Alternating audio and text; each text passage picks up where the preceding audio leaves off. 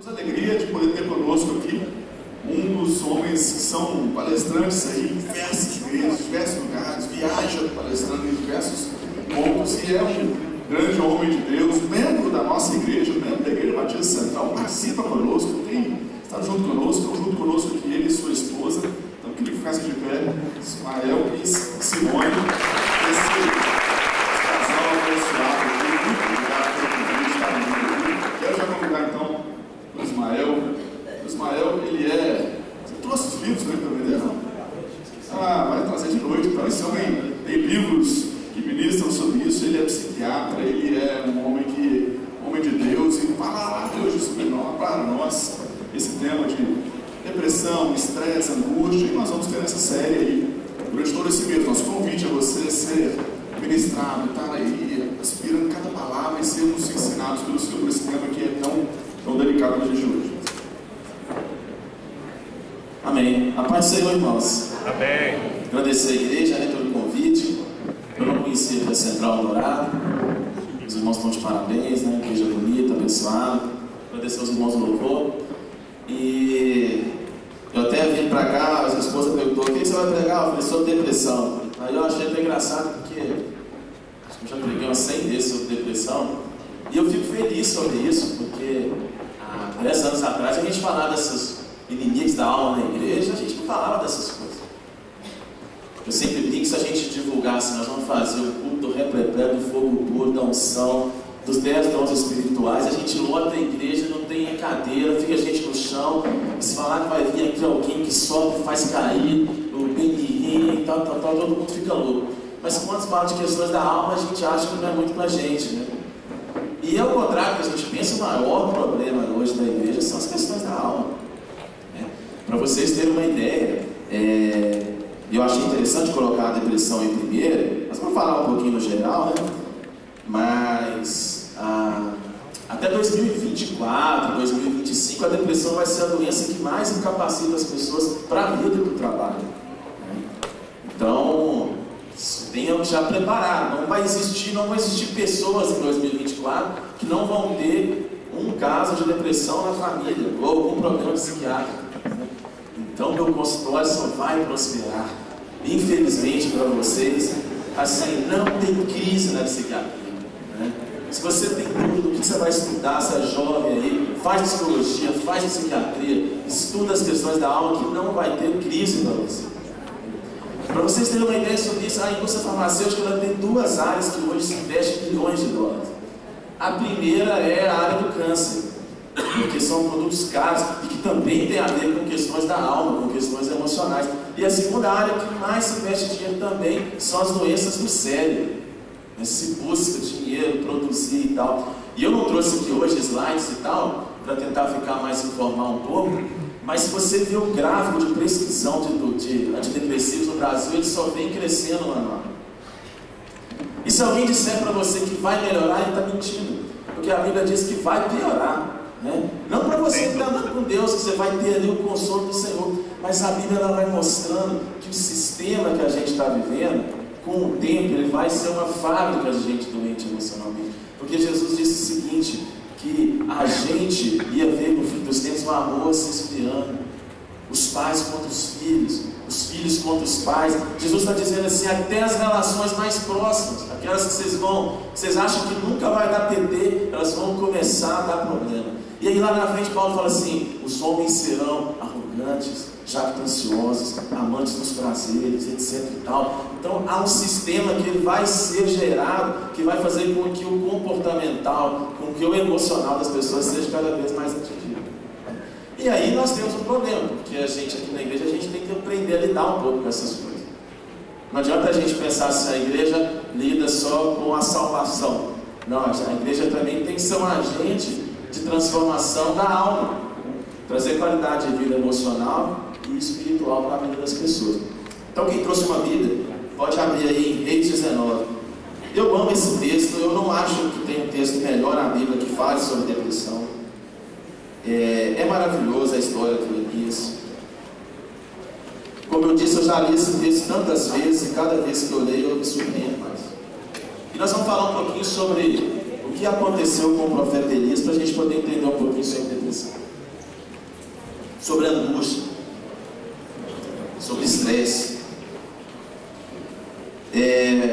Aqui a minha tradução é um pouco diferente. Ela diz assim: o rei Acabe contou a sua esposa Jezabel tudo que Elias havia feito e como havia matado a espada todos os profetas de Baal. Aí ele mandou um mensageiro a Elias com o seguinte recado: que os deuses me matem se até amanhã essa hora eu não fizer com você o mesmo que você fez com os profetas. Versículo 3: Elias ficou com medo e, para salvar a sua vida, fugiu com seu ajudante para a cidade de Bérseba, que fica na região de Judá. Deixou ali o seu ajudante e foi para o deserto andando um dia inteiro. Aí ele parou, sentou-se na sombra de uma árvore e teve vontade de morrer. Então orou assim: já chega, Senhor Deus, acaba agora com a minha vida. Eu sou um fracasso como foram os meus antepassados. Elias se deitou debaixo da árvore e caiu no sono. E de repente um anjo tocou nele e ele disse: levanta-te e come. Elias olhou em volta e viu perto de sua cabeça um pão assado nas pedras e uma jarra de água. Ele comeu, bebeu e dormiu. O anjo do Senhor Deus voltou e tocou nele pela segunda vez, dizendo: levanta-te e coma, senão você não vai aguentar a viagem. Elias se levantou, comeu, bebeu, e a comida deu força bastante para andar 40 dias e 40 noites, até o Monte Sinai, o Monte Sagrado. Aí ele entrou numa caverna para passar a noite, e de repente o Senhor Deus lhe disse: o que você estava fazendo aí, Elias? Ele respondeu: Senhor Deus Todo-Poderoso, eu sempre tenho ouvido e servido a Ti, e só a Ti. Mas o povo de Israel quebrou a aliança contigo, derrubou os seus altares e matou todos os seus profetas. Eu sou o único que sobrou, e eles estão querendo me matar. O Senhor Deus disse: sai e vai e fica de alto no monte. Então o Senhor passou por ali e mandou um vento muito forte que rachou os morros e quebrou 7 rochas em pedaços. Mas o Senhor Deus não estava no vento. Quando o vento parou de soprar, veio um terremoto, porém o Senhor não estava no terremoto. Depois do terremoto veio um fogo, mas o Senhor não estava no fogo. E depois do fogo veio um sussurro calmo e suave. Quando Elias ouviu o sussurro, cobriu o rosto com a capa, então saiu e ficou na entrada da caverna. E uma voz lhe disse: o que está fazendo aqui, Elias? Ele disse a mesma coisa: Senhor Deus Todo-Poderoso, tem servido a Ti, só a Ti, mas o povo quebrou a aliança, derrubou os seus altares, matou os seus profetas. Eu sou o único que sobrou e eles estão querendo me matar. Então o Senhor Deus disse: volte para o deserto que fica perto de Damasco. Chegando lá, entre na cidade e unja a Israel como rei da Síria. Pai, eu quero agradecer ao Senhor pela Sua palavra, por esse momento. Que não sejam só palavras de sabedoria humana, mas de espírito e de poder. Que o Senhor venha, Deus e Pai, levar a ti todo pensamento ao conhecimento de Cristo. E que em nome de Jesus, ó Deus, só haja administração do Senhor neste lugar, nas regiões celestiais. O Seu Espírito venha tocar, trabalhar, nos enriquecer com conhecimento. E que acima de tudo, o Senhor nos venha ser edificados em Sua palavra. É o que nós pedimos em Teu nome. Amém. Eu vou contar um pouco sobre a história de Elias, mas talvez muitos aqui são mais recentes na fé, não sabem a grandeza de quem era Elias. Elias era um profeta muito ungido, o homem era fogo puro. A Bíblia fala que tem algumas pessoas que já eram tipo um prenúncio, já eram uma forma do que Jesus viria lá na frente, que Jesus reuniria todas as funções possíveis, né? E Elias era um desses caras, um sujeito espetacular, que ele era muito estranho, ele andava com um cinto de couro, e ele era facilmente identificado, porque ele vestia de uma maneira muito esquisita. E ele era da cidade, que na época tinha cidades famosas, mas o Elias ele era de uma cidade bem pequena. A Bíblia fala que ele era Tespita, que era uma cidade que não tinha tanto valor assim. Mas vocês sabem melhor que eu, quando Deus chama alguém, não importa de onde ela veio, de onde ela sai, aí Deus escolhe. E Deus começou a fazer um monte de milagres na vida de Elias. Começa ele virando, ele estava tendo, depois eu vou contar para vocês como é que era esse tempo aqui. Mas a primeira coisa que Deus faz é que Elias fala assim: olha, Deus fala: Elias, diz aí a Israel que não vai chover por tanto tempo, 3 anos ou alguma coisa. E o Elias vira e fala: ó, não vai chover nos próximos dias. Vocês podem assistir a Maju falar que vai cair um temporal, que a previsão do tempo é de chuva e tal, mas Deus falou que não vai chover e não vai chover. E Deus foi e mudou a previsão do tempo. Passado um tempo, a Bíblia fala que Deus manda ele ficar na beirada do rio. E aí ele fica ali na beira do rio. Aí vem os corvos, que era um momento de preparo para o que viria na frente. Vem os corvos e traz ali um delivery para ele de comida, e ele bebia da água do riacho. Tinha um córrego que passava perto, ele tomava da água e Deus alimentava ele sobrenaturalmente no meio daqueles corvos. Aí chega uma hora que aquele recurso natural seca, e o treinamento dele acaba, e Deus fala assim: agora você vai viver só no sobrenatural mesmo. E aí Deus coloca ele na casa da viúva, que vocês conhecem bem. Que a viúva tinha um pouco de farinha, um pouco de azeite, e ele ficou morando na casa daquela viúva. A viúva era muito pobre, mas Deus multiplicou o negócio ali de uma maneira sobrenatural, e eles ficavam um tempão. Para complicar a situação de Elias, a mulher tinha um filho, e o menino morre. Essa mulher que estava hospedando ele. Porque na época era um pouco complicado você receber um profeta. Porque você recebeu um profeta, tinha aquela ideia de que você poderia ser abençoado, mas você poderia trazer algum juízo de Deus. Então as pessoas tinham um pouco de medo de ir no profeta. Eu lembro quando eu converti, eu era de igreja pentecostal. Aí minha mãe falava assim: vamos orar e tal. Eu falava: tem profeta lá? Aí eu estava fazendo coisa errada, eu falava: não vou lá não, porque se eu for lá, o profeta vai revelar as coisas que eu estou fazendo errado e tal. Então assim, era um pouco disso. Aí recebeu, aí o menino morre, Elias chega para Deus e fala: poxa, Senhor, que coisa, se fosse para acontecer isso, ele sentia aquele drama ali. Se fosse para acontecer isso, era melhor você nem ter trazido para cá. Aí Deus vai lá e ele sobe lá no segundo andar da casa. Você sabe da história, ele deita em cima do menino, sopra lá no menino, o menino ressuscita e tal. Aí não é o auge ainda da vida de Elias, porque o auge da vida de Elias está em Reis 18. Né? Porque em Reis 18 é a consagração do Elias. Em Reis 18 é o ápice. Em Reis 18 é onde o Elias está, assim, onde Deus usa. É aquele dia na sua vida que Deus resolve assim: vou derramar a unção sobre você. Foi o que aconteceu em Reis 18. Vocês sabem da história.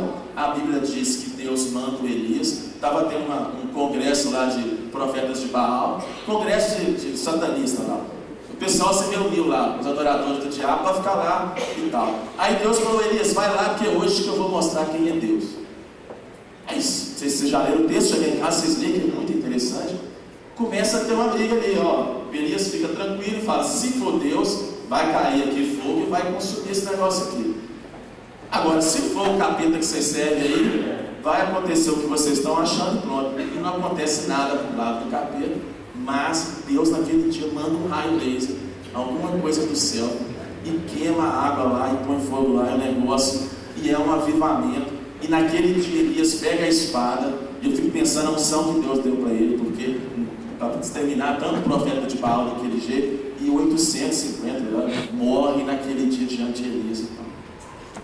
E aí o povo começa a dizer: só o Senhor é Deus. Vocês já imaginaram essa cena? Você imagina que se Deus fala assim com o pastor Alexandre: pastor Xandre, está tendo ali um encontro ali na praça principal de Contagem, e o pessoal está buscando coisa ruim, fazendo uns trabalhos lá e tal, mas eu vou mandar lá um raio laser. Na hora que você falar um minuto, eu vou mandar um raio laser, e eles vão ver que é Jesus mesmo, que é a verdade. E aí vocês imaginam a notícia, isso corre, né? Ia correr em Contagem inteira, então ia ficar famoso, conhecido e tal, é um homem e tal. Isso foi o que aconteceu com Elias. Aí a gente vê essa história, e aí por isso que eu tinha vontade de arrancar essa parte da Bíblia de Reis 19 que a gente viu agora. Porque quando a gente chega em Reis 19, a gente começa a ter um problema com Elias. Porque parece que o Elias de Reis 18, que é aquele Elias corajoso, aquele Elias cheio de Deus, aquele Elias fogo puro, cheio do Espírito Santo, repleplé, né? E tal, não parece que é o Elias de Reis 19. Porque no Reis 19 a história começa dizendo que a Jezabel falou que ia mandar pegar o Elias para matar, né? E aí o Elias dá um troço e começa aqui a desenvolver uma nova história que a gente vai conversar aqui um pouco hoje, né?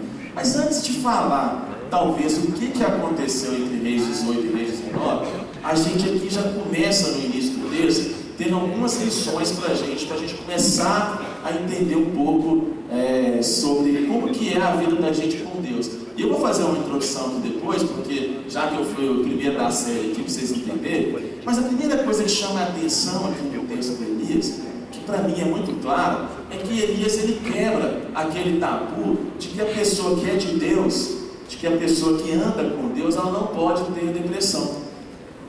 Ele já começa a quebrar esse tabu.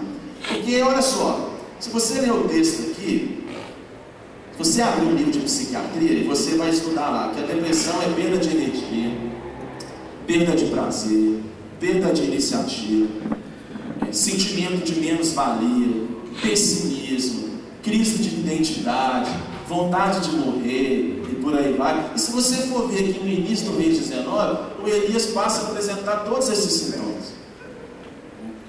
Eu sempre falo, às vezes lá na igreja tem um curso de aconselhamento, aí eu falo uma bobagem lá, mas uma coisa eu falo, os meninos eu falo assim, que vocês não podem sair do curso sem aprender, que toda vez que alguém tiver vontade de morrer, a gente tem que escutar e prestar mais atenção, porque aquela pessoa pode estar com depressão. Mas, normalmente, o crente ele é um pouco diferente do ímpio quando ele está querendo dizer que ele está com vontade de morrer. O ímpio normalmente chega lá no consultório e pergunta assim, pessoa que não serve a Deus, ou que não anda com Deus, eu pergunto, você está pensando em morrer? Ele fala, nossa, eu estou pensando em morrer mesmo. E eu penso em me enforcar, eu penso em dar um tiro na cabeça, eu escuto isso toda semana. Eu penso em pular na frente do ônibus e tal. Aí quando eu pergunto para alguém que tem Deus, eu pergunto assim, ô irmão, eu falo irmão para o cara ficar mais calmo, né? Ô irmão, você está pensando em suicidar? Nossa, irmãos, misericórdia, eu não vou perder a minha salvação, você está maluco? Então, mas eu pergunto assim, tudo bem, mas você tem pedido a Deus para te levar? Aí eles falam, nossa, todos os dias eu oro pedindo a Deus para te levar. A gente quer a mesma coisa, a mesma coisa. Eu já contei, vocês falaram, não, que eu nunca vi. Eu estava pregando semana passada no Metodista, eu contei o caso de um pastor. O pastor chegou para mim mais velho, falou assim, irmão, estava com tanta depressão que eu fui fazer um velório do menino novo na igreja. Aí eu falei, Deus, por que você não me levou? Esse menino tão jovem, uma vida pela frente, não me levasse num lugar e tal. E quando eu comecei a psiquiatria, eu ficava encucado com esses trem. Eu falei, gente, será que esse povo está com uma unção, que estão tão cheios de Deus, que para eles o viver é Cristo e o morrer é lucro? Mas não é não, é porque o sujeito está tão depressivo que ele não está aguentando mais viver. Angústia. Depressão tira a energia. A Bíblia fala que o Elias, ele chega, ele senta debaixo da árvore e ele pede para si a morte. Ele começa a questionar até aquilo que Deus tinha na vida dele. Ele fala assim, eu não sou melhor do que os meus pais. Quando a gente está na crise emocional, não adianta aquilo que Deus fez ou deixou de fazer. A gente começa a questionar toda a nossa identidade. O depressivo não sabe mais quem ele é. Ele não consegue entender mais aquilo que Deus tem para ele, às vezes.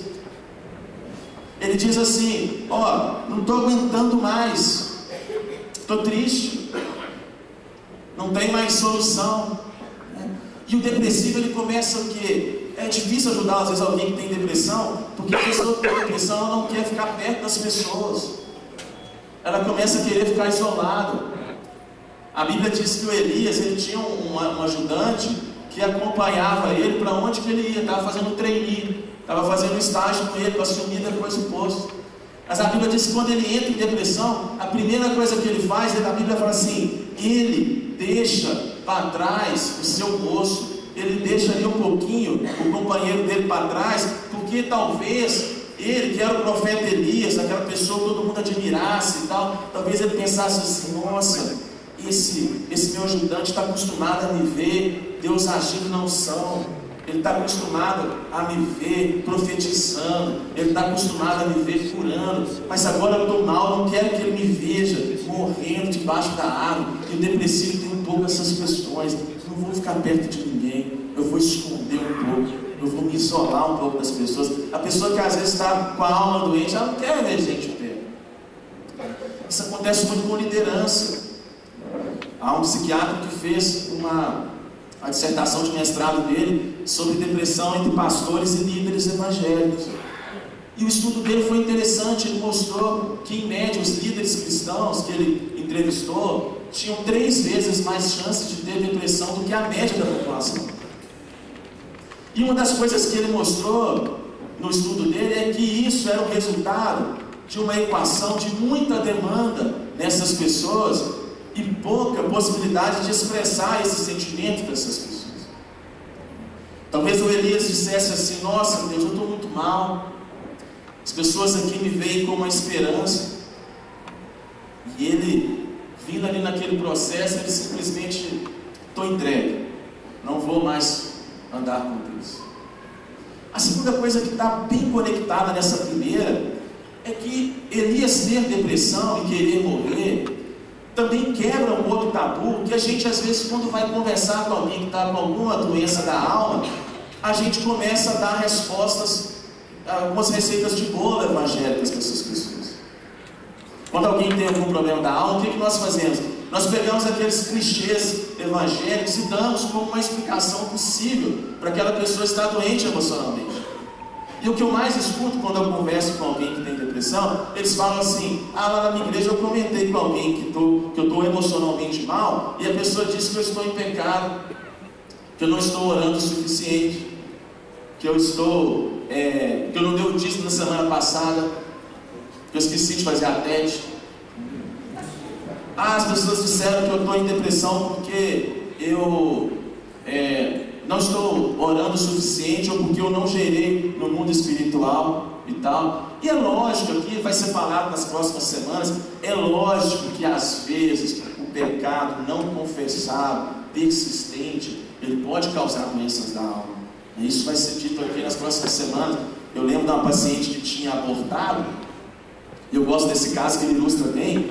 E ela tinha feito um aborto, eles já eram cristãos, eles tinham entrado o marido estava no emprego novo e ela tinha ganhado uma bolsa de pós-graduação. Ela engravidou e eles, num ato de desespero, foram e fizeram um aborto.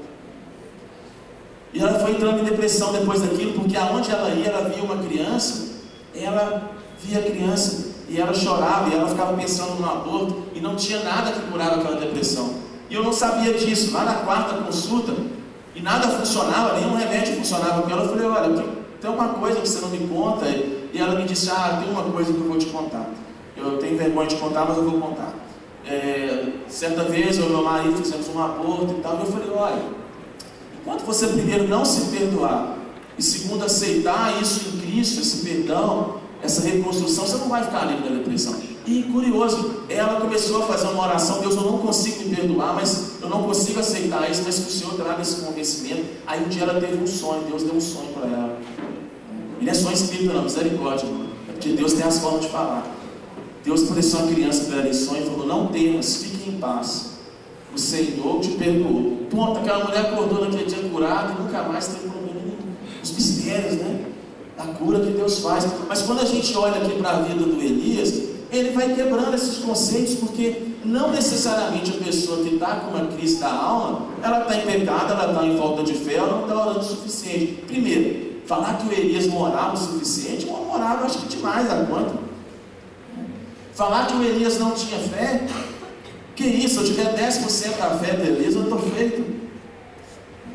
Falar que o Elias não tinha, que ele estava em pecado, a Bíblia não mostra. Tem situações que a Bíblia mostra, mas aqui não tem. Davi teve uns problemas lá, porque ele resolveu dar vazão às compulsões sexuais. Isso aí é outra história. Mas Elias aqui não tem na Bíblia nenhuma descrição de pecado, alguma coisa que pudesse ali estar justificando, né? A vida do Elias é um testemunho de que a pessoa pode andar com Deus, ser fiel a Deus e mesmo assim ter adoecimento emocional.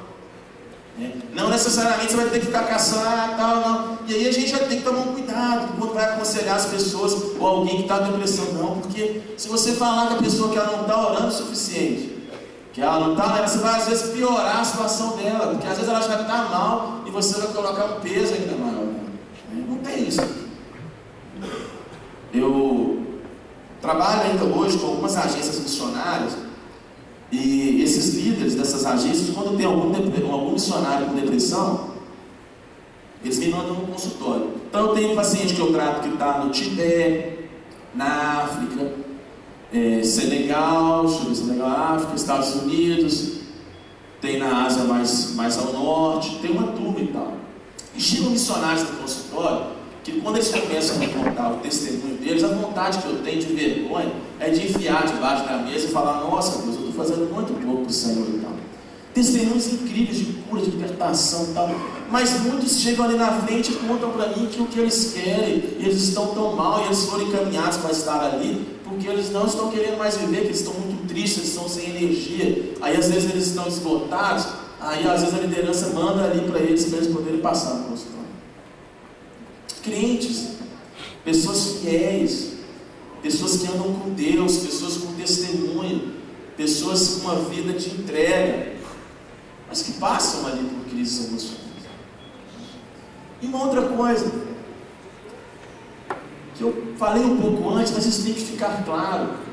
Às vezes, na hora da crise emocional, você não vai conseguir usar o seu histórico todo com Deus sozinho para você sair do meio da crise. O que eu estou querendo dizer? Vocês já pararam para pensar se o Elias estivesse bem? Se o Elias estivesse emocionalmente, se ele estivesse forte? A Jezabel ia mandar falar assim: ô Elias, eu vou te pegar amanhã, Elias. Você escreve aí, ó, se amanhã até essa hora eu não vou te matar e tal. Se o Elias estivesse bem, ele ia falar assim: ô Jezabel, sua carne de pescoço, você não esquenta a cabeça, não, eu estou aqui quietinho. Porque o mesmo Deus que ontem me fez passar fogo lá, a espada, os profetas de Baal, Ele vai fazer eu fazer isso com você. Então, se eu fosse você, Jezabel, se eu olhar o que aconteceu antes, você não ficar nesse atrevimento todo e tal. Se ele estivesse bem, se ele estivesse cheio de unção, se ele estivesse ali, né, com a mente dele saudável, se ele estivesse com a identidade dele preservada, ele ia repreender a Jezabel na hora. Mas a Bíblia fala que não. Porque o depressivo, ele tem uma coisa. O depressivo, ele é pessimista. Ele hiperdimensiona as coisas ruins e hipodimensiona as coisas boas. O depressivo tem 10 chances, 9 boas e uma ruim. Ele vai se meter na ruim. Ele vai achar que a ruim vai acontecer. O ansioso também, mas é o pastor Alexandre que podia falar da terceira, né? Mas é isso. Se o Elias estivesse bem, ele ia pensar assim: olha, vou trazer à memória aquilo que me dá esperança. Deus ressuscitou o filho da mulher. Deus me fez comer na beira do rio. O azeite da botija multiplicou. Deus passou fogo lá nos céus. Matou os profetas de Baal. Quem é essa Jezabel para me encarar? Mas isso acontece com a gente também. E quando eu vejo as pessoas em crise, já viveu coisa com Deus, já profetizou, já teve a célula lá que bombou, multiplicou 18 vezes em um ano. Já foi aquela pessoa usada, cheia de graça. Aí de repente você está mal, você começa a questionar e não consegue mais sair daquele processo. Isso são as doenças da alma. Paralisam, angustia, interrompem jornadas, fazem com que caminhos que antes iam bem, passam a não ir tão bem. Mas Deus é muito bom, porque Deus não é como a gente. Deus é muito bom porque às vezes nós, no aconselhamento, nós somos um pouco cruéis com as pessoas que estão emocionalmente mal. Mas Deus não. Deus olhava para Elias e Deus viu Elias e pensava assim: peraí, vamos resolver essa situação de Elias, porque Elias não é assim, Elias está assim. Deus, ele olha ali no aconselhamento dele, no raio-x dele ali, e ele sabia que aquilo ali era só um pedacinho da vida de Elias que ele estava vivendo, mas Deus tinha diante dele o cenário todo. E aí para Deus há umas coisas bonitas na Bíblia, porque para Deus a pessoa, ela é mais importante do que o ministério. Quem a pessoa é mais importante do que ela pode fazer para Deus. Se vocês verem depois os textos em casa, eu não vou ler aqui por causa do tempo, mas o avivamento que começou em Reis 18, ele até se perde algumas coisas, em parte por causa dessa crise de Elias, mas Deus não está interessado mais nas pessoas, porque para Deus ali, a vida de Elias, a restauração dele também era importante. Às vezes a gente descarta o líder doente, às vezes a gente coloca o líder doente de escanteio. Mas Deus não faz isso. Deus resolve ter esse investimento, continuar na vida do líder da igreja. Não esqueça de um pastor que ele procurou, e ele chegou e falou assim: eu estou com muita depressão, ele não estava conseguindo pregar. Aí eu falei: procura a tua igreja, converse com a tua igreja. E ele reuniu o conselho da igreja, e aí no meio do conselho da igreja ele contou que ele estava passando por um processo emocional, levou um relatório meu. Um irmão do conselho da igreja levantou a mão e falou assim: pastor, eu sinto te dizer uma coisa, mas o senhor é pago para estar bem. O senhor é pago para estar bem. Aí na minha hora, eu falei: nossa, a próxima reunião do conselho eu vou entrar lá com uma metralhadora, nós vamos exterminar e vamos criar um outro conselho. Mas quando a gente diz para as pessoas que elas são fracas porque elas têm depressão, quando a gente diz que elas não têm fé, quando a gente fica tentando achar pecados na vida das pessoas, a gente às vezes está indiretamente meio que descartando um pouco essas pessoas.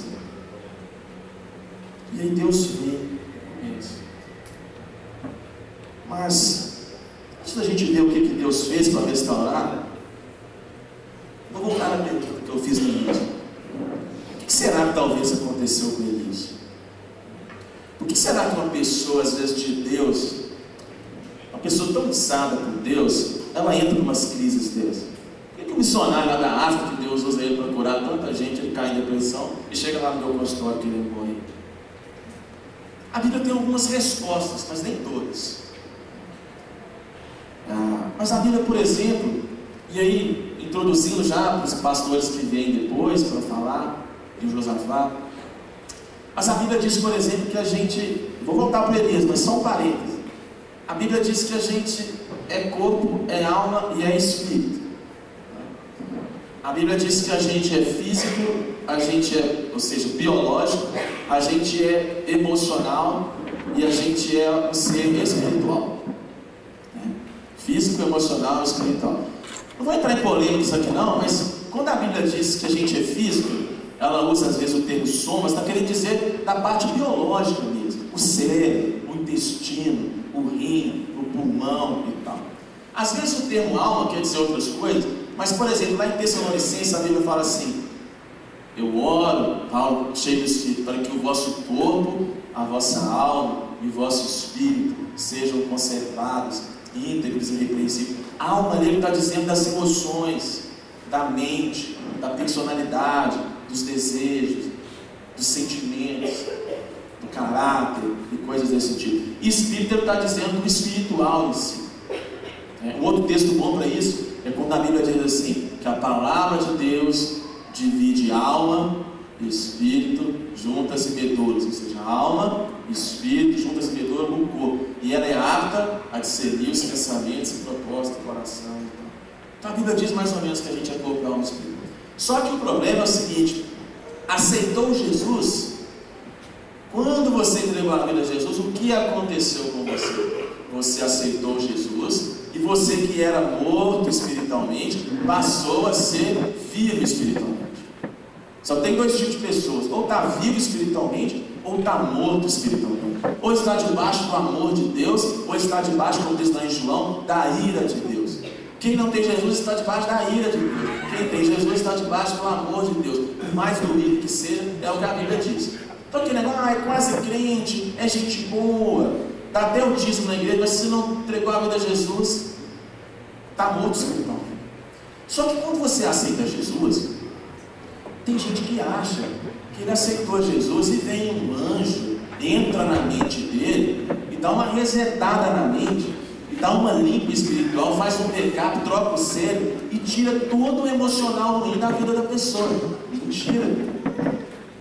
A Bíblia diz, por exemplo, para crentes já convertidos, que à medida que eles fossem andar com Deus, eles deveriam ser transformados pela renovação da mente. Você nasceu de novo espiritualmente, você entregou sua vida a Jesus, mas a sua mente ela tem um monte de coisas, passivo, emocional, e outra, sua mente vai ser alvo de coisas que você vai viver também depois de ser crente. A Bíblia fala de fortalezas da mente. Tem gente que acha que é o capeta endemoniando a pessoa, possuindo. Não é. Fortalezas da mente. O inimigo até aproveita das fortalezas da mente. Mas são coisas, são pontos cegos, são estruturas doentes, são conceitos armazenados aí dentro de você que vivem te sabotando. Aí você está igual Paulo: poxa, o bem que eu quero fazer eu não faço, né? Mas o mal, nossa, eu não queria assistir pornografia na internet, tá difícil, eu fico ali e tal, e vou lá e recaio e tal, eu não queria mentir, mas eu minto e tal. Aí, por que algumas pessoas às vezes se caem mais em alguns pecados do que outros? Porque a história prévia de cada um é diferente. Um homem que antes de ter Jesus, ele era um sujeito sem vergonha, saiu com um monte de mulher, compulsivo sexual e tal, ele vai ter muito mais dificuldade depois de crente de lidar com a tentação sexual do que um homem que nasceu na igreja, que nunca teve relacionamento com ninguém, que às vezes a primeira vez que ele teve relação, graças a Deus, foi com a esposa dele ali que ele conheceu na igreja e tal. As histórias às vezes moldam muito. Eu vejo gente no consultório que chega e você fala: não, você tem que entender que Deus é um Deus de graça, é um Deus de amor, e a relação com Deus é aquela coisa de medo, de pânico. Aí você vai ver a figura de pai que ela teve, um pai opressor, um pai duro, um pai que cobrava, um pai que tudo barganhava. Aí essa pessoa tem mais dificuldade de aceitar que Deus é amor, que Deus é paz e tal. As nossas histórias dizem muito sobre isso. Eu aceitei Jesus em 8 de agosto de 98, lá na IBC, lá em cima. Morava ali na Cristina, na República. Meu pai mexia com as macumbas, converteu. Minha mãe era ministra da Eucaristia, converteu. Foi todo mundo, e eu era muito cético, não acreditava em nada desses trem, mas eu achava a lavagem cerebral dos crentes muito forte. Eu falava: gente, esses crentes são fogo. Meu pai agora é carinhoso, ele conversa com a gente. Meu pai sumia, ficava 3 dias, sumia, desaparecia, a gente já tinha morrido. Agora ele fica em casa. Esses crentes é fogo. Aí um dia eu estava em casa, me deu uma angústia, uma tristeza, um negócio ruim. Falei: Jesus, o que está acontecendo? Falei: Jesus, não. Está acontecendo uma coisa comigo. Minha mãe fica falando que está uma igrejinha ali em cima. Isso é na época ainda do pastor Jaime, o VN, o Jaime, 98. Eu sei, meus amigos, que eu cheguei na igreja, eram as 9 e pouco de quinta-feira. O Jaime já estava fazendo um apelo, já estava pegando o nome dos meninos para ir para a sala da opressão, que eu brinco que pega o nome e a gente está ligando para eles depois, né? Aí eu corri lá na frente, não sei até hoje, o Espírito Santo que marca o dia. Eu falei: pastor, ainda dá tempo de aceitar Jesus? Aí ele abriu um sorriso e falou: lógico que dá tempo de aceitar Jesus. Aí eu entreguei minha vida a Jesus. Liguei para meu pai e falei: pai, aceitei Jesus, o que eu faço? Não faz nada. Eu falei: nossa, você orou a vida inteira, você me enchendo o saco, você levando profeta para orar para mim e tal. Não, você vai só ler a Bíblia. Mandou uma Bíblia para mim de presente. Chegou em 3 dias, Sedex na época era ruim. Chegou em 3 dias, comecei a ler a Bíblia. Mas o meu emocional, nossa, tanta coisa que eu tive que ainda tem que trabalhar. Voltamos para Elias. Entenderam o que é corpo, alma e espírito. Voltar para Elias. Elias também era corpo, alma e espírito. Gente, primeira coisa, o tempo de Elias era um tempo muito difícil. Vocês estão achando que aqui tem crise, mas a situação do Elias era mais ou menos morar na Síria hoje. Os pessoal lá do Estado Islâmico, quando tem um cristão, o que eles fazem? Eles cortam o pescoço do cara fora. É mais ou menos isso que acontece. Na época de Elias, quem falasse que era crente, quem falasse que era profeta de Deus de Abraão, de Isaac e de Jacó, a Jezabel estava mandando passar fogo mesmo. Ela estava mandando matar. Você acordava naquela época e podia ser o seu último dia todos os dias. Não era fácil ser crente naquela época. Para complicar a situação, eu sempre brinco que o Acabe, ele era pior que o Temer, o Aécio e o Lula juntos. E a Jezabel era pior que a Dilma.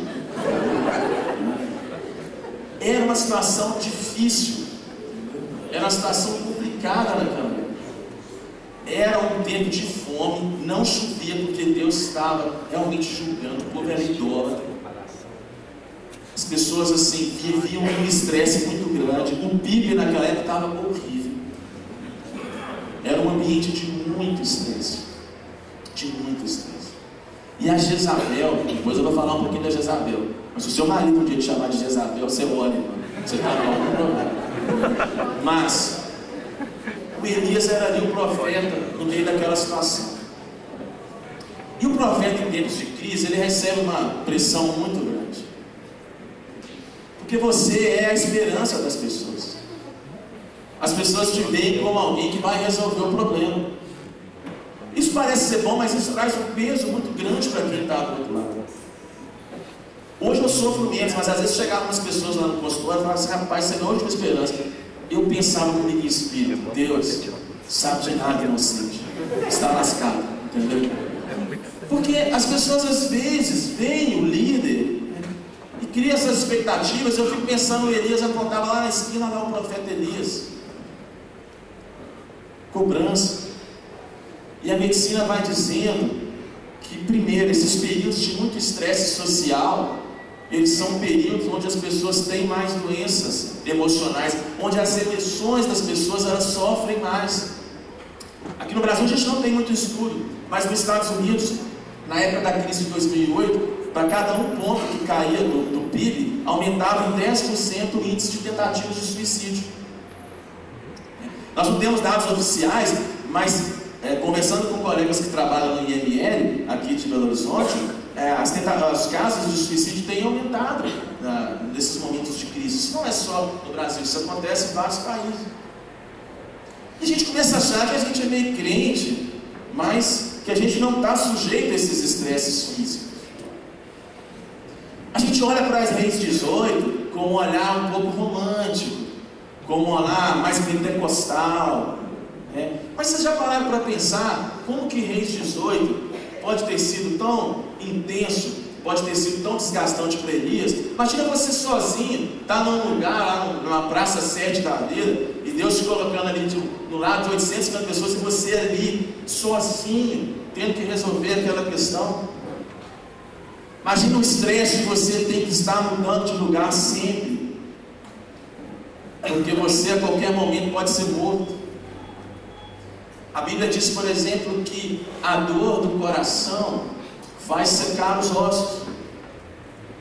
E a medicina vem mostrando nos últimos tempos que quando a pessoa passa por estresse, que quando a pessoa passa por sobrecargas persistentes, aquilo vai gerando mudanças químicas no cérebro das pessoas que vão aumentar a chance daquelas pessoas desenvolverem doenças da alma. Nós temos substâncias químicas chamadas neurotransmissores, a serotonina, a dopamina e outras, mas principalmente a serotonina, que quando você tem um estresse, que quando você está sendo muito pressionado no seu trabalho, ou algum problema na família, ou alguma crise pessoal, e que você vai persistindo nessa dor do coração, a medicina vai mostrando que inicialmente o seu cérebro, ele produz mais serotonina, ele te dá um gás, ele meio que entende: nossa, a dona Maria está precisando de uma energia, vamos turbinar ela e tal. Mas a medicina mostra que isso tem um custo. Lá na frente há um limite, há uma saturação, e aí lá na frente o cérebro não consegue mais produzir a serotonina, e essas pessoas passam a desencadear um quadro psiquiátrico químico mesmo, por baixa de gasolina, por baixa de substâncias químicas. E nada tira da minha cabeça, quando chegar no céu, eu vou perguntar ao Elias o que aconteceu, mas nada tira da minha cabeça que o estresse físico foi uma das causas que levou o Elias a adoecer. Era pesado. O estresse emocional também. Quando Deus pergunta para ele, ele fala: Deus, eu estou me sentindo só. É muita responsabilidade, é muita expectativa em cima de mim. Deus, a Jezabel e tal, não sei o que e tal. Olha, eu estou uma pessoa mal. Quando ele larga para trás o moço dele, ele está dizendo isso: olha, eu não estou querendo ver ninguém. Emoções que não vão sendo trabalhadas, que vão sendo guardadas. Semana que vem vocês vão ver sobre raiz de amargura. Mas processos que vão. Mas a gente está tão ocupado, eu fico pensando na vida de Elias. Talvez não tivesse com quem conversar. Talvez era viver um milagre a cada dia. Dava tempo talvez de descanso. Uma das coisas que mais vejo crentes adoecendo é que eles não cuidam nem do seu físico e nem do seu emocional. Vou falar aqui um pouquinho depois de como Deus faz para restaurar, mas a gente tem ignorado um pouco a influência desses padrões físicos. Nós não temos aqui informações sobre a família de Elias, mas uma das coisas que eu gostaria de deixar aqui hoje para vocês entenderem também é que muitas vezes as doenças da alma, elas são também oriundas de fatores genéticos. Se você tem casos na família de depressão, de transtorno de pânico, de transtorno bipolar, há uma chance maior de você ter doenças da alma. Isso não é maldição familiar. Maldição familiar, você aceitou Jesus, foi na cruz, quebrou as maldições familiares. Porque eu vejo muita confusão. Mas é um espírito de depressão que ronda as famílias. Não, às vezes o inimigo sabe que tem ali uma tendência genética na sua família de depressão e ele vai aproveitar daquele processo. Porque às vezes a gente esquece o quê?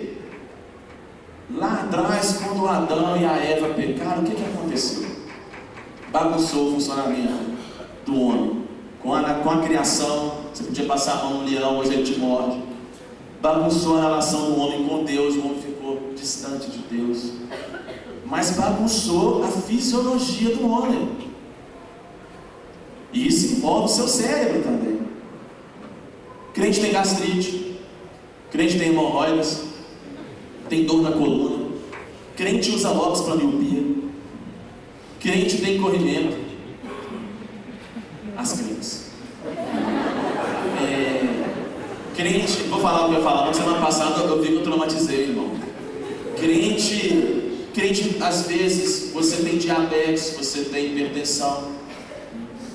E a gente aceita que a gente é crente e pode ter o nosso físico afetado nessas áreas. Mas aí quando chega alguém e você fala assim, tá, você tem um processo da alma, mas esse processo é físico, você tem uma doença que precisa de um tratamento. Não, depressão é do diabo, antidepressivos não é de Deus, não. Crente não toma essas coisas. Um dia eu cheguei para o pastor e estava usando óculos. Eu não vou tomar porque crente não toma essas coisas. Eu falei, então é o seguinte, se você é um homem, vai viver pela fé, você vai quebrar seu óculos aqui na minha frente agora e vai enxergar pela fé. Aí ele assustou e falou, você quer viver pela fé ou você vive tudo pela fé? Agora não adianta você falar que o óculos você não tem fé e o outro não, porque o óculos é caro e tal, né? A gente esquece os processos físicos. E é lógico, gente, que os processos espirituais também são importantes. E aí eu vou falar uma coisa para vocês aqui, para vocês entenderem.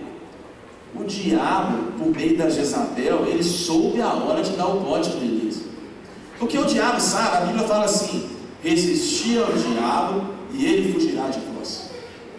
Se você estiver bem, se você estiver com a palavra na mente, se você estiver com a sua energia física e emocional, é óbvio que é muito mais fácil de você ir no monte orar, de você repreender. Aí o diabo vem e coloca uma seta na sua cabeça, você não vai casar com ele, você fala, não diabo, eu vou casar com ele sim, e tal. Você começa a determinar a palavra de Deus na sua vida. Agora, quando você está mal, você não consegue. E aí é uma coisa, o diabo sabia que o Elias está mal, aí ele colocou. Então, a depressão em si do Elias, ela não era espiritual, mas o diabo, por meio da Jezabel, ele aproveitou o momento de fragilidade emocional que ela tinha. Reparem vocês, quantas vezes vocês são tentados após momentos de cansaço, de sobrecarga no trabalho.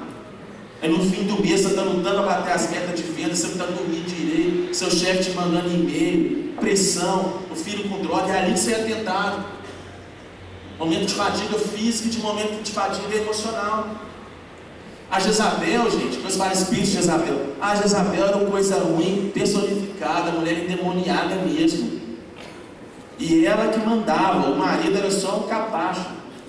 Se o marido falar que você é espírito de Jezabel, tem que dizer que você é uma mulher submissa, entendeu? Você é uma mulher rixosa, né? E tal. A Jezabel era o cão chupando manga. Aí, meus amigos, Elias mal, o diabo, eu fico pensando, pensa no lado do diabo aí, misericórdia, pensa só. O diabo estuda o homem desde Adão e Eva. Desde Adão e Eva, que o diabo é meio que um psicólogo que fica só olhando os comportamentos. Adão e Eva foi aqui a vaidade do conhecimento e tal. Esse aqui, olha o Davi. Davi realmente ele tem um monte de mulher no harém, né? Eu acho que vou colocar uma mulher bem gata tomando banho, que eu vou mexer na perversão dele e tal. O diabo vai estudando ali, ele sabe o momento ali da fragilidade, da brecha, que as suas emoções vão estar fracas, então ele aproveita.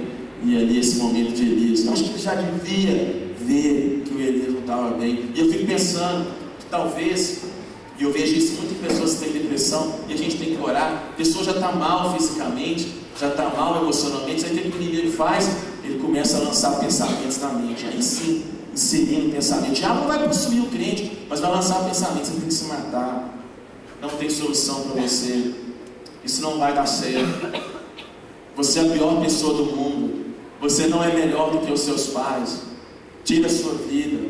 E tal, o que o inimigo vai fazendo, aproveitando o firewall, o antivírus do crente naquele momento está fraco. Vamos entrar o vírus aqui na cabeça para ver se a gente ganha o sistema. É o que o inimigo vai tentando fazer na sua mente quando você está mal. E aí Deus, que ama Elias, que Deus tinha propósito na vida de Elias, Deus tinha um caminho na vida de Elias, Deus tinha uma jornada na vida de Elias. O que Deus faz? Para Satanás. O Elias é precioso. O Elias é alguém que eu acredito. Elias, você está pedindo para morrer, né? Mas não é o fim. Eu não vou levar você no meio da depressão, porque você é alguém que não, como eu disse, você é alguém que não é assim. Você está assim. E aí Deus começa a fazer o quê? Deus começa a fazer uma restauração na vida de Elias. Deus começa a fazer o quê? Uma transformação ali. Ele fala: Elias, você está mal, mas eu vou te tirar dessa. E é interessante que Deus faz uma sequência para restaurar Elias. Deus cuida do físico, Deus cuida do emocional e Deus cuida do espiritual para tirar o Elias da depressão. Primeira coisa que vocês veem no texto, o que Deus faz com Elias? Primeira coisa depois que ele pede para morrer, a Bíblia diz que Deus manda comida para ele, manda alimento. Eu sempre achei esse texto engraçado, porque eu falava: Deus, o Senhor é tão poderoso, o Senhor é tão majestoso, o Senhor é tão sublime, o Senhor não precisava de mandar comida para eles. Que necessidade era essa? O Senhor simplesmente podia mandar o Espírito Santo descer um fogo nele e ele restaurar e tal. Mas Deus faz questão de mostrar um pouco para Elias também ali que você precisa de comer. Tem algo aí físico que precisa de ser consertado. A comida era especial, sim, tinha uma unção, Red Bull espiritual. E Elias não entende, ele come pouco, aí Deus fala: rapaz, come bastante, senão você não vai aguentar. E Deus restaura o físico de Elias. Dá alguma coisa. Às vezes o físico é você descansar um pouco. Às vezes a restauração física é você tomar um remédio. Eu acho que se eu tivesse um consultório ali no pé do monte, ele ia chamar Deus e mandar ele passar lá. Alguma coisa tinha feito e tal, né? Mas Deus precisava, olha, faz. Precisa que você se restaure. Às vezes o seu físico está afetado por outras coisas, você acha que é depressão. Eu contei na semana passada, na igreja que eu estava em casa, que a moça chegou para mim falando que ela estava opressa, que tinha um demônio que atuava nela. E eu pensei: essa mulher é doida, mas não era não. E que nada tirava a opressão dela. Já tinha feito Deus Etiópia, Renovo, Moriá. Eu falei: Jesus, se esse povo todo não resolveu, o que você vai estar caçando aqui e tal? Aí eu pedi um exame de sangue nela e passei um remédio lá. Para minha surpresa, quando ela voltou, ela estava com um problema chamado hipotiroidismo. Ela tinha falta de hormônio na tireoide. E a libertação dela foi tomar o Puran T4, 25 kg todos os dias de manhã. Um mês depois ela estava ótima. Tirou, fez um descarrego dela. A pessoa às vezes está com anemia, está sangrando lá, 6 anos que o seu fluxo menstrual está alto, e você está cansado. Nossa, irmão, pastor Alexandre, olha para mim. Eu estou numa pressão maligna, não consigo ter força para orar. Estou tendo, nossa, a pregadeira me dá um sono. A mulher está com anemia brava. igreja lá fazer um check-up que eu pedi para o pastor Alexandre para orar. São coisas físicas. Homens, né, que não vão no médico, não aceita tratar. Na hora que descobre, a próstata está mais inchada que a cabeça dele, porque ele não conseguiu ver, né, fisicamente. Então, os cuidados físicos. A outra coisa que Deus faz, e é interessante essa coisa de Deus. Se você fez lidério, não que tem lidério essas coisas também? Lidério 1, 2, 3. Então vamos lá. Se você fez o lidério, você aprendeu uma coisa no lidério. Salmo 139 diz assim: o Senhor Deus, antes de você falar qualquer coisa, Deus já sabe o que está no seu coração, Ele já sabe o que você vai dizer. Ou seja, Deus é onisciente, Deus sabe de todas as coisas. Aí é outra coisa curiosa nesse texto, que Deus chega para Elias e fala: Elias, o que você está fazendo aí? Que Elias fica dentro da caverna lá, devia entrar dentro da caverna, que devia estar subindo para onde, mas ele estava muito deprimido, Deus entendido. Elias, o que você está fazendo aí? Gente, por que Deus perguntou para Elias o que ele estava fazendo ali, se Deus já sabia o que Elias estava fazendo? Deus perguntou para Elias porque Deus sabia que o Elias precisava desabafar. Deus sabia que o Elias precisava dar uma terapia. Deus sabia que o Elias precisava colocar para fora aquilo que ele estava sentindo. Isso é uma coisa que a gente faz pouco. A Bíblia diz assim: confessai os vossos pecados uns aos outros para serem curados. Quando eu oro para Jesus, Ele me perdoa, né? Mas há um poder, há uma cura em compartilhar. Deus, a gente tem um pouco de vergonha de colocar as coisas para Deus, a gente tem um pouco de medo de ser julgados. Eu brinco que o caso de Elias era tão grave que Deus, que era Deus, gastou 2 sessões de terapia para resolver o problema. Porque Ele perguntou uma vez, Ele falou pouco. Eu acho que isso aqui é um resumo que a Bíblia perguntou. Depois passa um tempo, Deus faz uma outra sessão. Espera aí, Elias, vamos fazer uma hora essa aqui, tenta no divã de novo. Aí Deus pergunta a mesma coisa: o que você está fazendo aí, Elias? Aí ele: Deus, é o seguinte, Deus. Aí ele começa a namorear. E depressivo às vezes é cansativo, Elias. Tem que ter paciência. Deus, mataram todos os profetas. Ah, Deus, eu fiquei só. A situação está terrível. Entendeu? Deus, essa mulher é o cão chupando manga. Mata essa mulher para mim, Deus. Outro dia um homem chegou no consultório e ele estava sofrendo tanto no casamento que ele falou assim: ah, vou contar um negócio para você. O que foi? Estou orando para Deus levar a minha mulher. Eu falei: não, irmãos. Eu falei assim: ó, do ponto de vista de Deus não é bom, mas eu fico feliz que você está sendo sincero com Deus. Fico feliz que você está colocando para Deus que você está sofrendo. E a gente começa a achar que Deus não está interessado nos nossos sentimentos. Que Deus não está interessado nas nossas angústias, nas nossas dores. Deus quer que você fale, que você desabafe com Ele. A gente fala que Jó não negou a Deus. Um dia a gente pode falar sobre Jó. Gente, o Jó não negou a Deus. O que Jó falou por Deus de bobagem, falou muita coisa. E Deus nem por isso matou ele, Deus deixou de falar.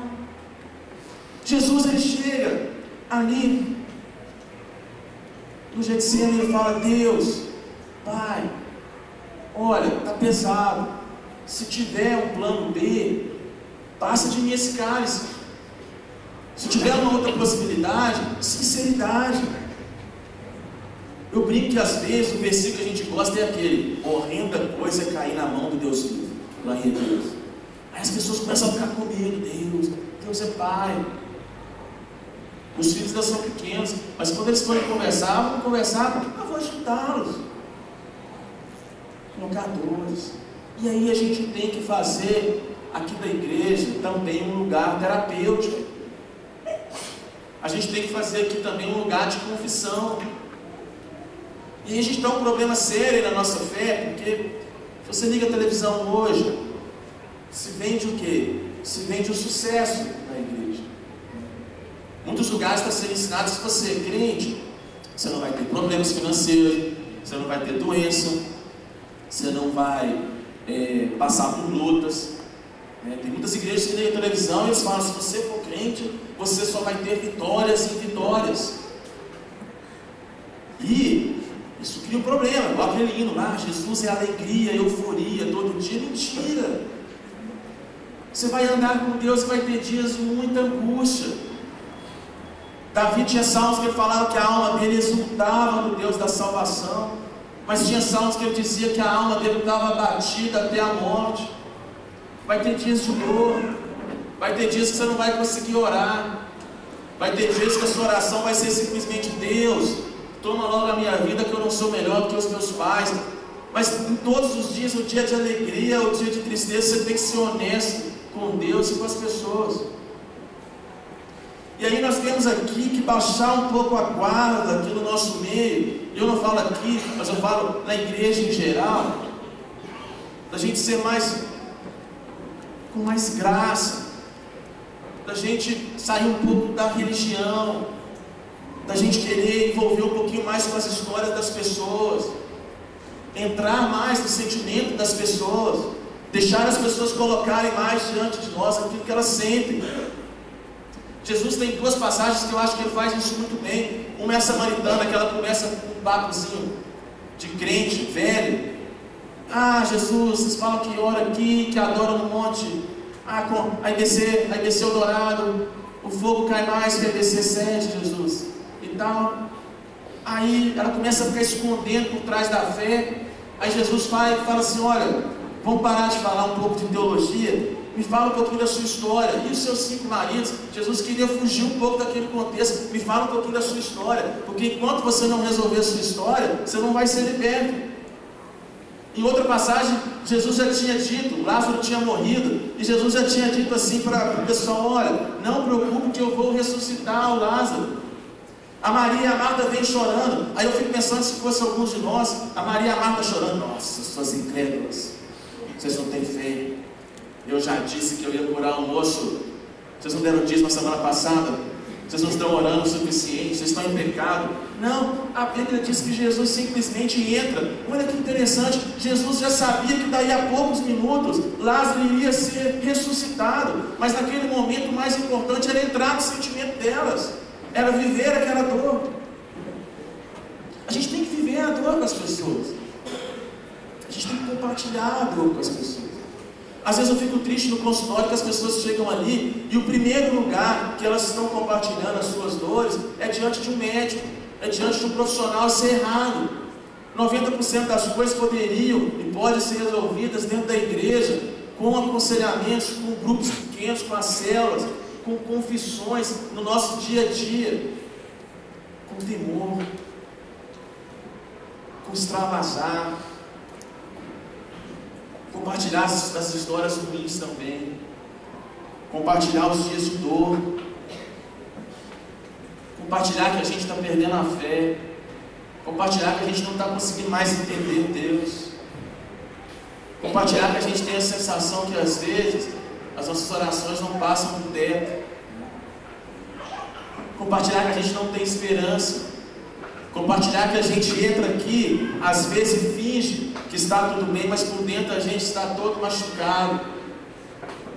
Compartilhar que às vezes a gente tem vergonha de falar, porque a gente acha que aqui é uma atmosfera de sucesso e tal, mas aprender a compartilhar também os fracassos. Eu brinco sempre com alguns pastores: faz um culto do testemunho ruim. Pega as pessoas e põe para se contar as histórias tristes da vida dela, para mostrar que crente é gente, que crente sofre, que crente é humano, que crente também tem os dias de pensar em morrer. E aí Deus fala: Elias, fala aí, não julgue. O pior que a pessoa fale com você, vai ter um momento de você discipular, vai ter um momento de você às vezes confrontar a palavra, vai ter os momentos, mas inicialmente deixa a pessoa falar.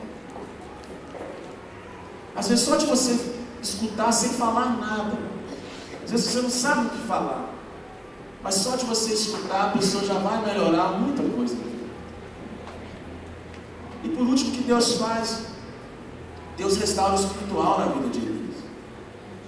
Interessante, Elias estava acostumado com fogo, ele estava acostumado com, era raio laser cair do céu, com previsões de tempo estranhas, ressuscitando mortos. E eu não sei porquê, Deus é muito interessante com Elias. Deus começa a usar umas estratégias diferentes desde o início. Porque vocês voltam lá atrás um pouco. Quando Deus pede para morrer e Deus manda um anjo trazer comida, olha como é que Deus começa a ter um cuidado com Elias. Lá atrás, quando Elias estava muito mal, quando ele estava bem, quer dizer que estava no auge do ministério dele, a Bíblia diz que os corvos traziam comida e ele bebia da água do riacho. Mas é interessante que agora, quando Deus começa a restaurar o Elias e ele está mal, Deus vai usando estratégias diferentes para o Elias. Elias, agora você está mal, você está quebrado, você está sem a sua identidade. Aí Deus vai e faz um trabalho mais executivo. A Bíblia diz que Deus manda o quê? Um anjo. Tem uns detalhes na Bíblia impressionantes. A Bíblia diz que um anjo trouxe uma jarra de água e pão quente sobre a pedra.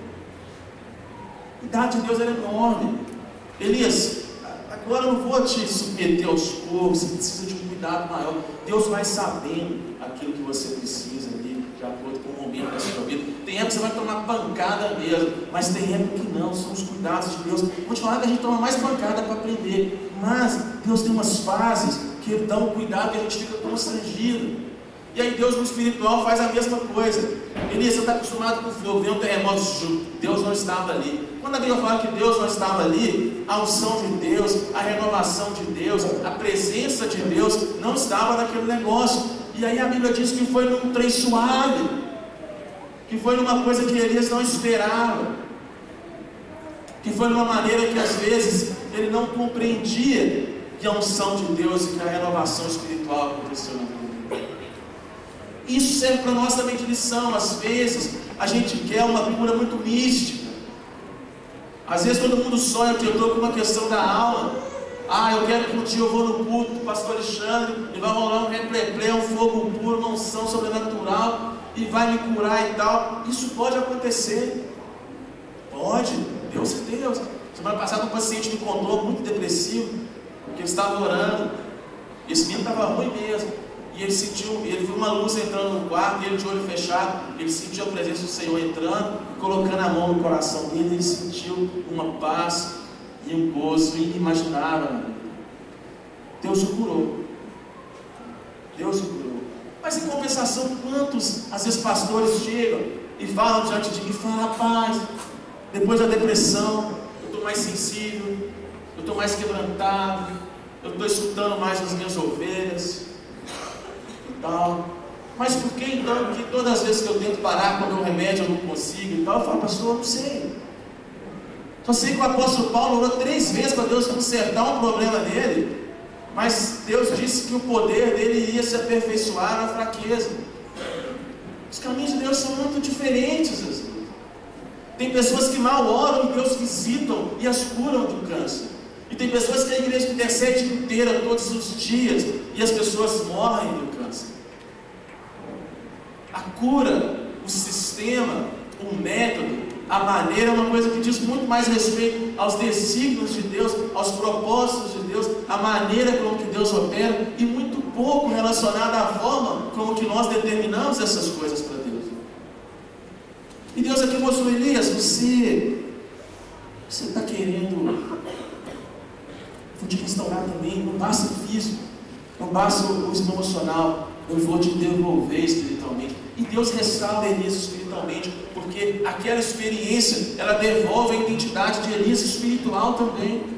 Tanto que depois desse episódio, a Bíblia diz que Deus diz assim, vai lá Elias, e unge tal pessoa e tal pessoa. O que Deus está dizendo para Elias? Elias, quando eu estou mandando você ungir, eu estou dizendo que você é Elias, amigo. Que o ministério não acabou, que eu ainda tenho coisas para fazer na sua vida. Eu te restaurei.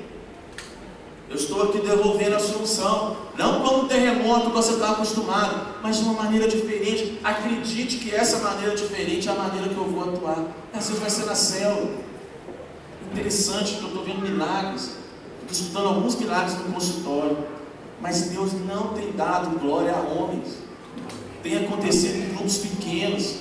tenha acontecido com pessoas leigas, tenha acontecido em orações um com o outro. São poucos os milagres de grandes púlpitos, de pregadores famosos que eu tenho escutado, mas Deus está ali operando, sem a gente às vezes perceber, a olho nu, a olho vivo, mas Deus está ali operando e restaurando os seus. E para terminar, caso do tempo, Deus, de uma maneira interessante, Ele responde a oração de Elias. Porque se vocês verem lá em Reis 19, a Bíblia diz que o Elias pede a Deus para o levar.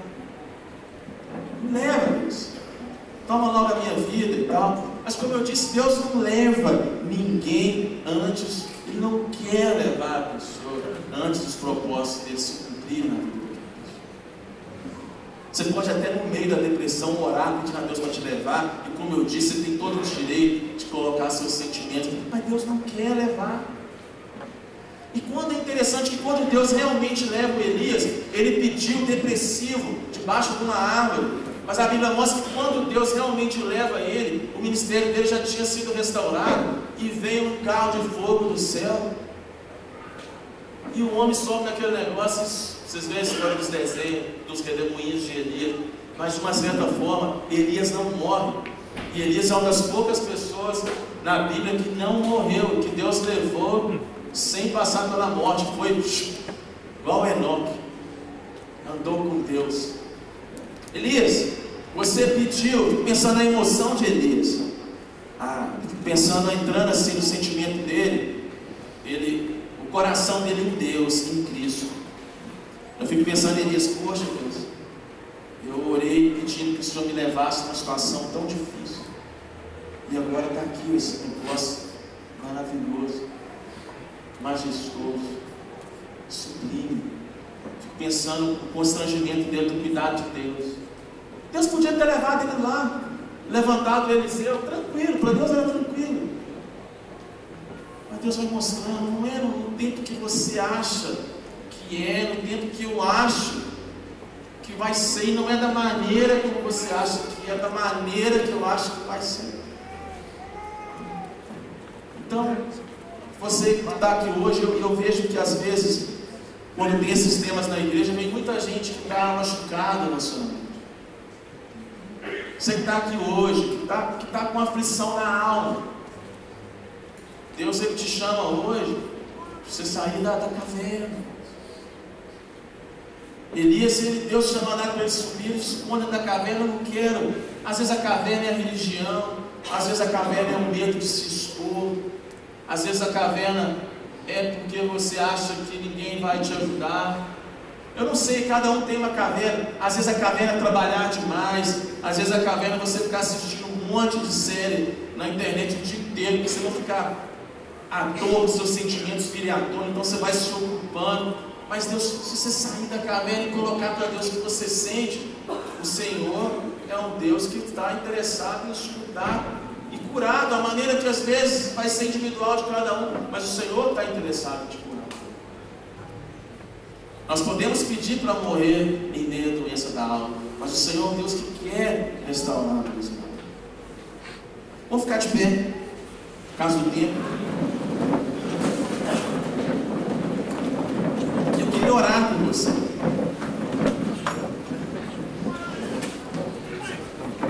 Eu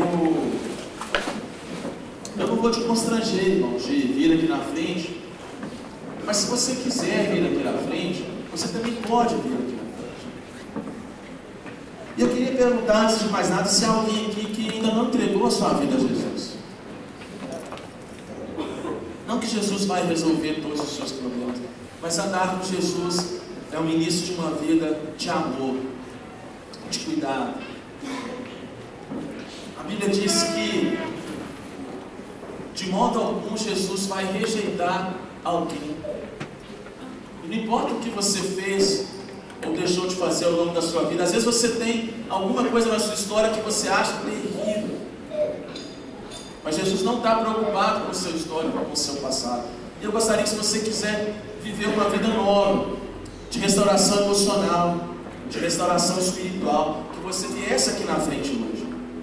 A você sim, eu convido você que ainda não aceitou Jesus, que você viesse aqui na frente para a gente orar, para que Deus da paz Ele possa realmente inundar o seu coração. E uma outra oração que eu quero fazer hoje, eu quero orar por você que tem pensado em morrer. Você que veio aqui hoje às vezes pensando em suicídio. Eu sei que às vezes há pessoas aqui que têm constantemente achado que viver não vale a pena, que viver é ruim, que não tem mais solução. E eu queria que se tivesse alguém aqui hoje que tem pensado em morrer, que tem pensado em suicídio, que também viesse aqui à frente. Não queria que você ficasse constrangido por isso, mas para você receber a oração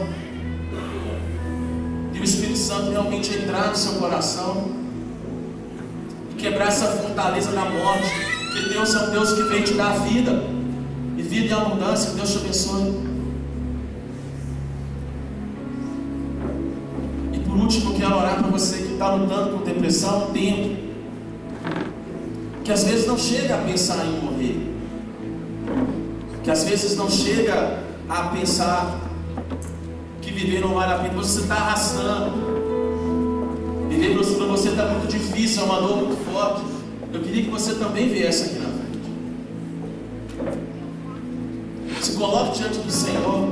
Pastor Alexandre, ninguém aqui tem um dom, algo especial, mas a gente tem o Espírito Santo que vai mostrar aquilo que está no seu pensamento, no seu coração. E em nome de Jesus, fortalezas vão ser quebradas. Amém.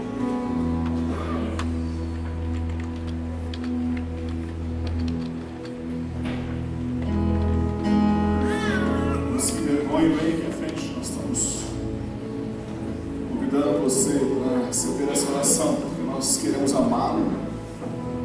Que você é especial, você é importante e chega de condenação que você sempre ouviu dizendo que você não merece, eu sou. Não, nós não queremos acusação, nós queremos orar por você, queremos te acolher, queremos nos colocar ao teu lado.